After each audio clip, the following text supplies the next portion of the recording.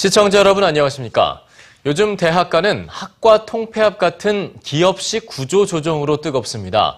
신입생 유치전과 대학 평가에서 살아남기 위해서라지만 다니던 학과가 사라지는 건 학생들에겐 날벼락 같은 일이겠죠. 네, 꿈과 끼를 키워준다는 새 정부의 교육 철학이 정작 학문의 상아탑에선 위기를 맞고 있습니다. 서연아 기자입니다.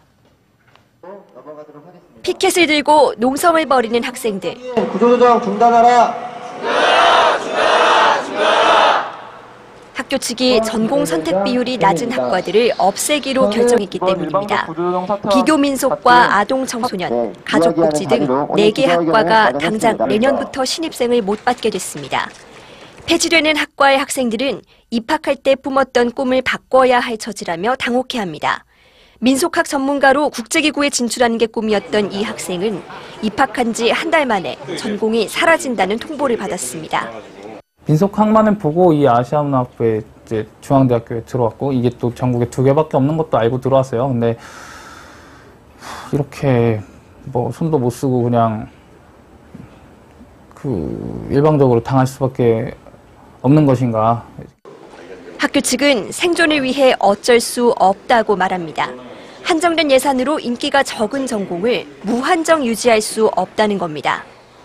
이게 그 학생들을 죽이려는 게 아니라 대학이 전체적인 시각에서 좀 대학도 여러 가지가 어려워지고 있으니 좀 이렇게 변화를 위한 개혁 같은 개념인데, 학과 통폐합으로 갈등을 겪고 있는 대학은 전국적으로 10여 곳.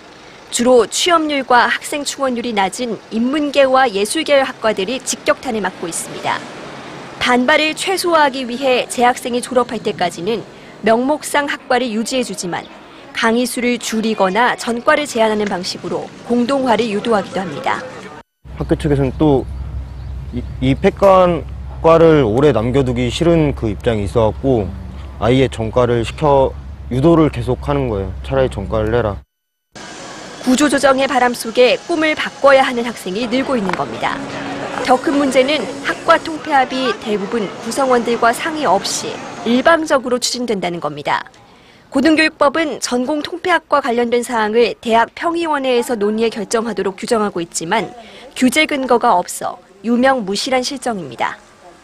대학에서 학생들 모집할 때에는 학과에 대한 구체적인 전망이라든가 이후 발전 방안에 대한 것까지 학생들에게 충분히 계획하는 속에서 학생들 모집해야지만 그 학과를 보고 들어온 학생들이 피해를 입는 일이 없을 거라고 봅니다.